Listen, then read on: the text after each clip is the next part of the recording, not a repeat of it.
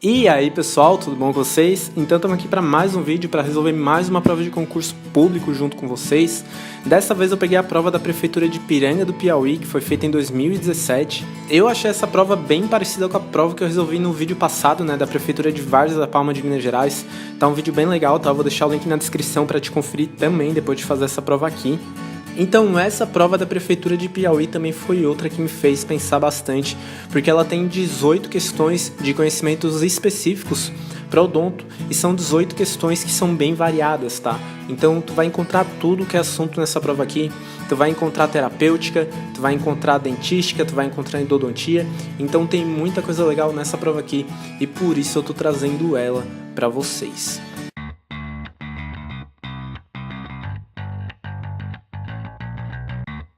Mas antes de começar esse vídeo, claro, né, eu pedi para você se inscrever no canal, assim tu fica por dentro das outras provas de concurso público que eu pretendo trazer para o canal, tu fica por dentro das outras aulas também para dentistas, né, que eu vou trazer aqui para o canal, então se inscreve para te acompanhar tudo isso.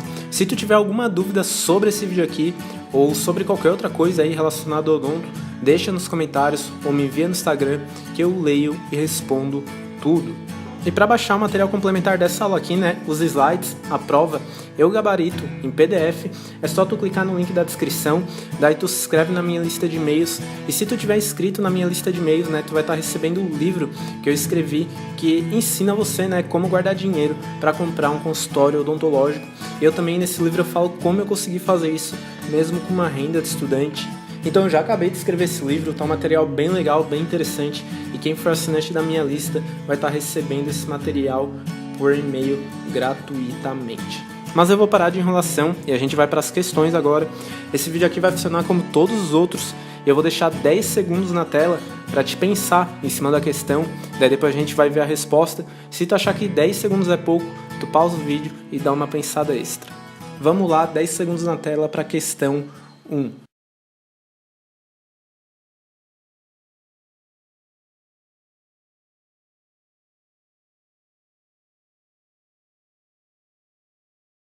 Bom, pessoal, essa primeira questão eu gostei bastante de resolver, tá? Não sei se tu lembra, mas a última questão da prova de Várzea de Palma fala sobre terapêutica na gravidez. E naquela questão eu relembrei, né, que a lidocaína é a solução anestésica de primeira escolha para ser usada durante a gestação. E por isso a resposta, né, para essa questão é a letra D. O diazepam, que é citado na letra A, ele não deve ser usado, tá, para diminuição da ansiedade, porque ele pode induzir a malformações no feto. Inclusive, existem estudos que ele aumenta, né, as possibilidades da criança nascer com fissura labial palatina. A letra B ela fala do uso de metronidazol durante a gravidez. Eu até peguei um texto de um artigo científico que eu vou ler aqui para vocês agora, tá? E esse texto fala: o uso do metronidazol durante a gravidez deve ser cuidadosamente avaliado, visto que ele atravessa a barreira placentária e seus efeitos sobre a organogênese fetal humana ainda não são conhecidos. Por isso, né, esse medicamento, esse antibiótico, não deve ser usado por mulheres grávidas sem orientação médica. A letra C fala que qualquer anestésico ou anti-inflamatório pode ser usado no segundo trimestre da gestação, né? Porque no segundo trimestre o feto já está com os órgãos mais formados, ele não está passando por aquela fase com tantas mudanças, né?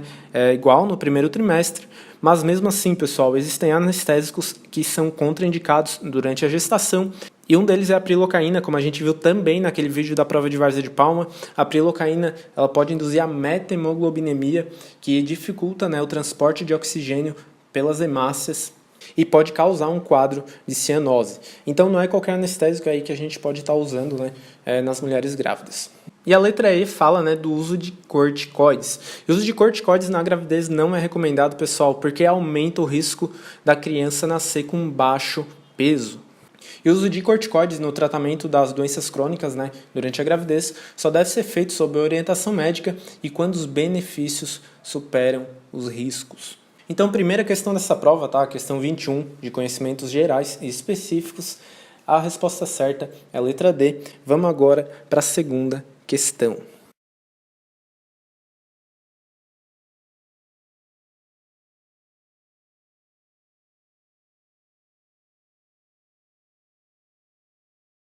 Essa segunda questão aqui, pessoal, eu tenho que admitir que ela meio que deu um nó na minha cabeça, tá? Eu fiquei muito tempo procurando a resposta para ela na internet. E a resposta correta para ela realmente é a letra B. Eu até achei que tinha um erro no gabarito, mas não tem, tá?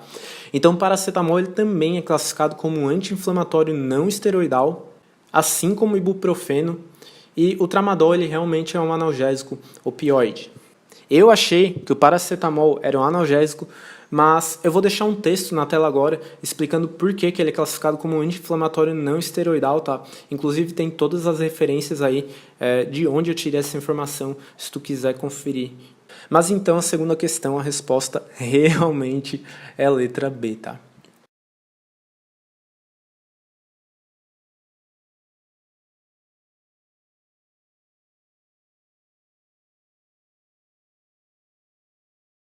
A terceira questão, eu achei uma questão curiosa, tá, pessoal? Porque ela fala do tratamento de água potável, mas para responder essa questão eu meio que usei a lógica, né? Então, a letra A é a resposta correta. Após a desinfecção, alguns micro-organismos patogênicos podem estar presentes na água. Para removê-los, a gente utiliza cloro.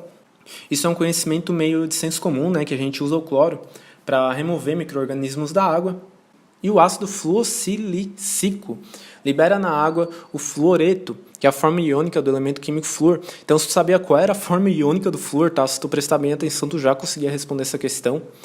E a forma iônica do elemento químico flúor, né, um dos responsáveis pelo declínio da carga dentária no Brasil.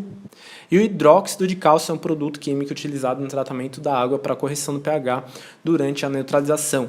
E se tu sabia também que o hidróxido de cálcio é um elemento básico, tu ia saber que ele é usado também nesse processo de neutralização. Então, mesmo se tu não tivesse estudado esse conteúdo, tu conseguia responder ela aí, né? Só prestando atenção nessa questão do fluoreto e só prestando atenção nessa questão de hidróxido de cálcio, que é usado para controlar o pH da água.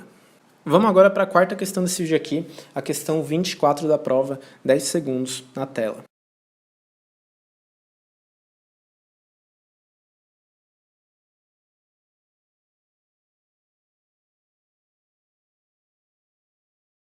Essa questão eu achei uma questão bem interessante, tá? Ela fala sobre herpes e eu separei um texto bem legal que resume todo o conteúdo dessa questão e eu vou ler ele para vocês agora, tá? E depois tu vai ver que a resposta para essa questão fica bem simples.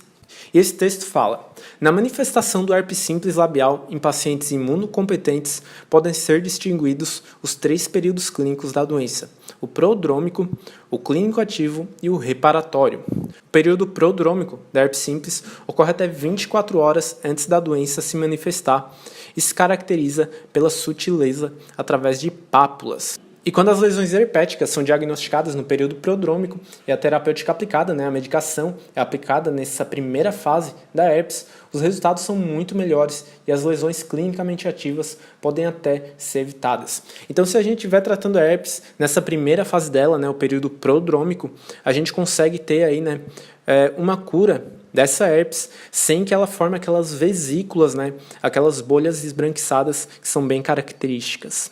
Já o período clínico da herpes, né, a segunda fase, ela é caracterizada pelo aparecimento daquelas vesículas esbranquiçadas, né, que estouram facilmente. Inclusive, se a gente receber um paciente com herpes no consultório, né, com essas vesículas, o indicado é que a gente trate antes essas lesões e depois receba o paciente novamente, né, para ele ser atendido. E o período reparatório vai acontecer depois do período clínico, ele vai se caracterizar, né, por uma regressão dessas vesículas, dessas bolhas. E o texto fala que o local, né, agora seco, apresenta-se recoberto por escamas e crostas amareladas ou escuras que duram em média de 2 a 4 dias e caracterizam o período reparatório. Eu deixei agora na tela 3 fotos aí para vocês, tá? Então essas fotos são referentes às fases da herpes.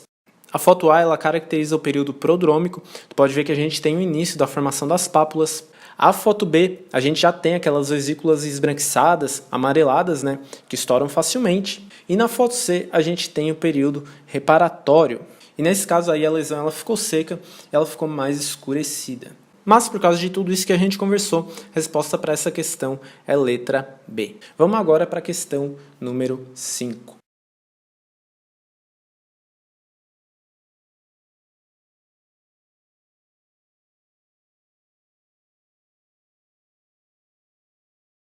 E bom, pessoal, essa questão aqui foi uma das minhas favoritas dessa prova aqui. Ela pergunta o que a gente deve fazer, né, nesse caso de fratura oblíqua de um dente permanente de uma criança de 9 anos, tá?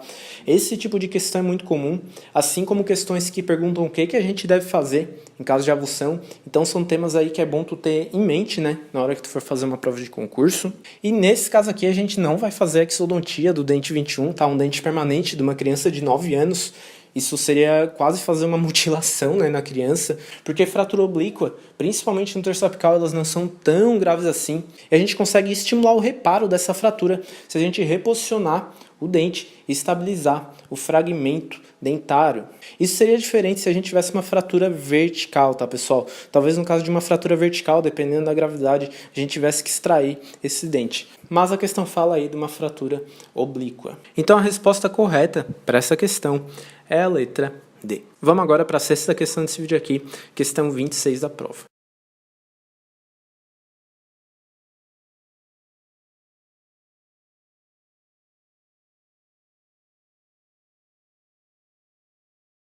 Bom, pessoal, essa questão aqui foi outra questão que eu achei bem interessante, tá? Mas eu tive um pouco de dificuldade de responder. Mas o tratamento para um abscesso apical agudo, onde a gente tem aqueles inchaços bem característicos e que a gente faz a palpação, ele tem aquela consistência flutuante, aquela consistência macia. O tratamento para esse tipo de abscesso, normalmente, é a drenagem. E a gente dificilmente entra com antibiótico antes de fazer a drenagem desse abscesso. Isso é feito geralmente quando a gente tem uma infecção bacteriana sistêmica na pessoa e a infecção do abscesso é mais localizada. Então só a realização da drenagem e, se necessário, o uso de antibióticos depois já é suficiente para a gente controlar esse quadro. Então só o que eu falei aqui já meio que resolve a questão.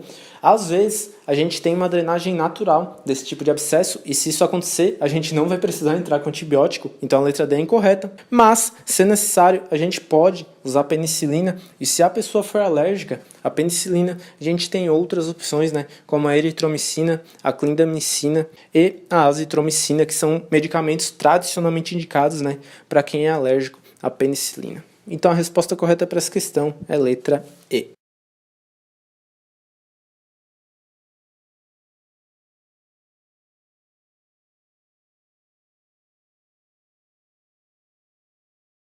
A questão 7 ela fala de qual destino, né, alguns resíduos devem tomar, né, para acabar não prejudicando o meio ambiente. Então a letra B ela fala sobre agulhas, né, e que elas devem ser colocadas em recipientes de vidro. Isso está incorreto, tá? As agulhas, assim como os tubetes anestésicos, elas devem ser colocadas em caixas de papelão, né, que são especiais. E essas caixas de papelão, essas sim, têm o símbolo de resíduo infectante. Então a letra B é incorreta. O revelador radiográfico, tu não vai descartar ele no esgoto comum da unidade de saúde, tá? Isso não tem nada a ver. Esse tipo de material também tem um descarte especial. As luvas com sangue, elas também devem ser descartadas em um saco de lixo, que também tem o símbolo de resíduo infectante. Então todo material com sangue deve ser descartado nesse tipo de saco de lixo. Então a letra D também é incorreta. E os filmes radiográficos, tu também não vai jogar eles no lixo comum. Isso tem todo um jeito especial de descarte. Mas então a gente sobra aqui nessa questão com a letra A, que fala do descarte do amálgama. E o descarte do amálgama ele também tem um recolhimento especial, tá? Principalmente por causa que ele contém metais pesados, né? Ele contém mercúrio. E esse mercúrio é extremamente prejudicial ao meio ambiente. Então, por isso, a resposta para essa questão acaba sendo a letra A. Vamos então, pessoal, para a penúltima questão desse vídeo aqui, a questão número 8.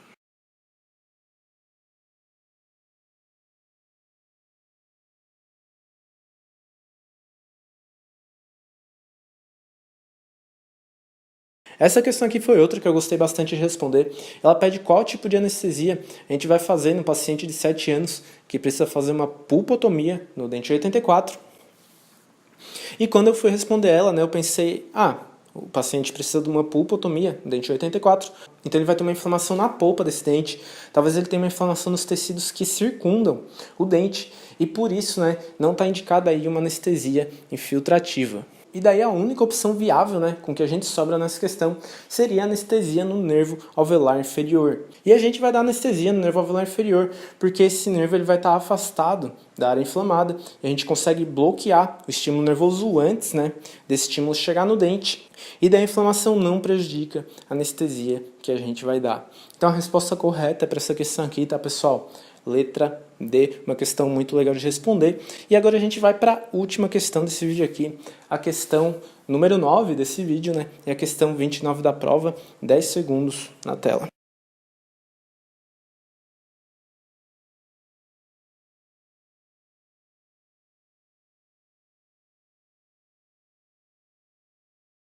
A questão número 9 é uma questão de cirurgia. Ela pede o fórceps mais adequado para a gente fazer a extração do elemento 34. E nesse caso, pessoal, o fórceps mais indicado é o número 151.